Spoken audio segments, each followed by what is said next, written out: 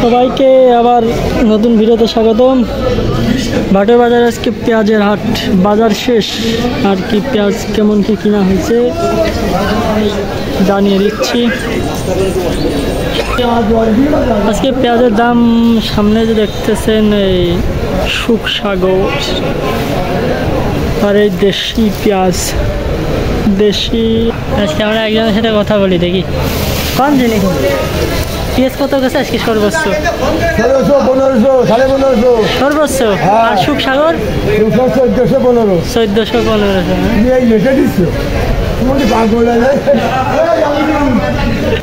বাজারে দাম দর তো শুনলেনই, তো পেঁয়াজের দাম দর তো শুনলেন একজনের কাছে।